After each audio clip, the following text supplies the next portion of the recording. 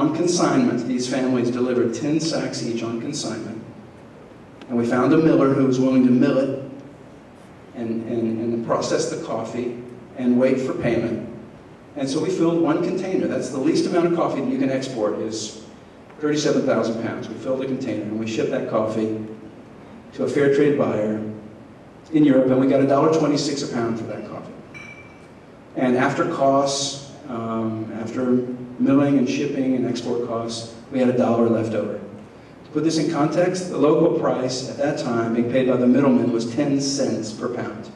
We were able to deliver $1 net.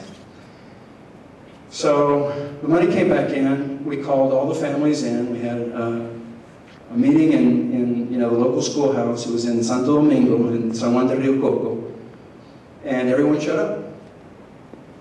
Husbands and wives, they brought their kids, brought the grandma, the dogs came, and everyone had a machete on their belt because they wanted to know what Pablito had done with their coffee.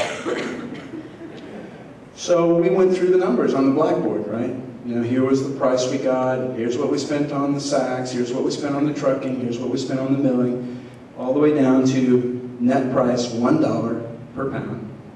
And I had a fishing tackle box full of cash and a clipboard. And one by one, I invited each family to come up and sign their name and get their cash. Now these are 1 acre, 2 acre farmers, right? Their total harvest is around 2,000 pounds of coffee a year. 2,000 pounds times 10 cents. So they were thinking they were going to get about $200 cash income for the year. Instead they got 2,000. And so, of course, overnight, my nickname became Pablo $1. And it worked. The second year we had 250 families. The third year we had over 1,000. By the fourth year, with that co-op, which is called Pro de Co, we had 3,000 families all over northern Nicaragua that were wearing that hat. Not just the farmer hat, but the miller hat, the trucker hat, the exporter hat. We had a village banking program. We provided loans to families. We had training programs for youth. We had training programs for women who were trying to start their own businesses. We had an organic conversion program. We started the first organic certification in Nicaragua, exported the first organic coffee out of the country. And families' lives changed rapidly. I mean, with that much more cash, people were paving the floor of dirt floor homes. They were bringing electricity into their homes for the first time and studying at night by light bulbs instead of candles. They were bringing clean water into their communities. Think about the health impact of clean water. They were bringing clean water into their communities for the first time. They were buying mules to bring 150-pound sacks of coffee down the mountainside on muleback rather than on their own backs. Sounds like pretty insignificant stuff. Buying a mule, that was transformational for their lives and for their quality of life. And the cool part about all of that is they did it on their own without anyone's aid money, without any gift involved. It was just a simple concept of a fair price for a great product. And so, of course, the invisible dividend was all the pride, and dignity, and self-reliance that came with that feeling that they were doing it for themselves. Well, we changed a lot of lives, and one of them was mine. And this experience totally shifted my thinking about development and sustainability and my own personal journey and what I wanted to be when I grew up. And I realized after 11 years in my beloved Nicaragua, my wife Nicaraguan, my son born there, the rest of my life was all planned out to stay in Nicaragua, but I realized that this fair trade thing was pretty amazing, and it wasn't really happening in the U.S. It was all over Europe, but it wasn't really happening on a scale in the U.S., and so that's what led us to come back. And I started Transfer in 98, and somehow they managed to put up with me now for over 10 years, and I'm still there.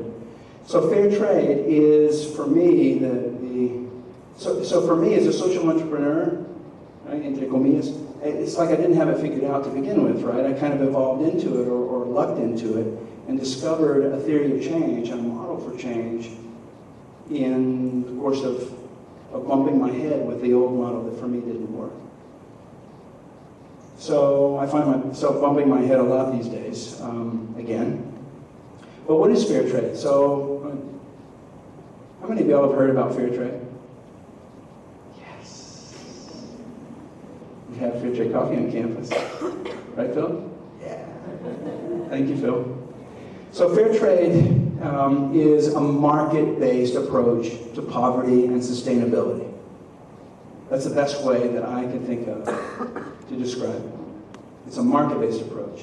From the perspective of the farmer, it's about getting farmers organized, helping them develop business skills, helping them plug into the market directly, jumping over the middlemen and going direct. Because when they go direct, they can make so much more for their harvest. And that, in turn, allows them to change their lives. It's like a farmer's market, to apply to the global arena.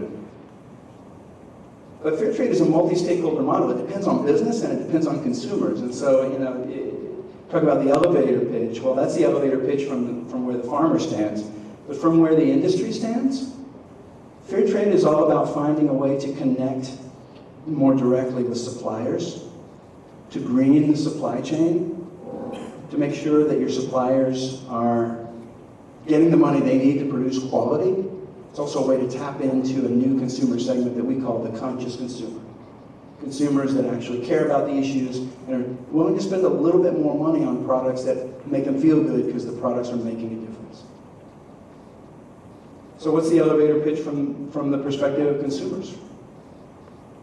I mean, I'm sure many of you buy fair trade products. Why do you buy it? Well, it's an easy way to make a difference. I mean, our lives as Americans, our lives are so busy.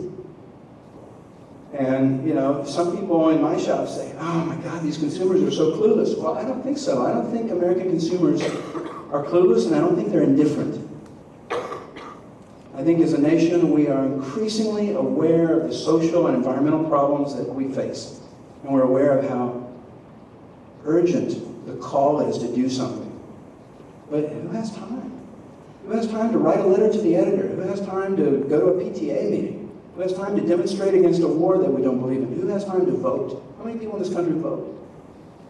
Right? People are too busy to get involved, and yet they want to make a difference. They just say, I don't know how to make a difference. People feel disempowered. How many people here drink coffee or tea? Let's throw in the tea drinkers too, right? Okay. How many people eat bananas? We got fair trade certified bananas too, right? Point proven. If we can make the act of eating, if we can make something as simple as a daily cup of coffee, an act of grace and goodwill,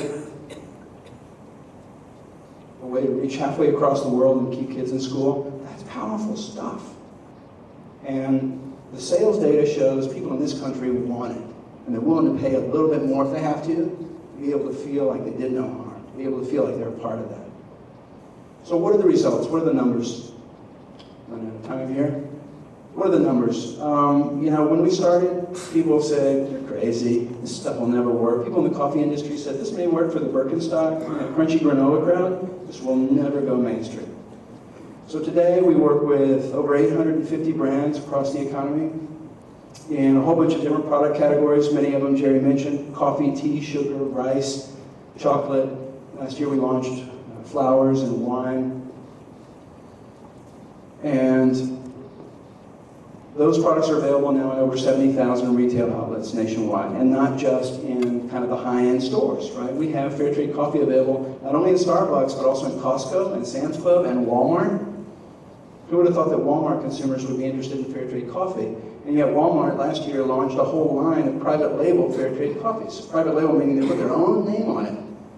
You don't put your own name on something unless you think it's going to sell.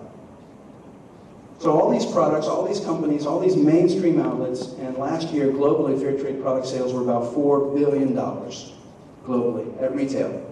About a third of that was here in the US. So the Europeans got a 10, 20-year head start on us.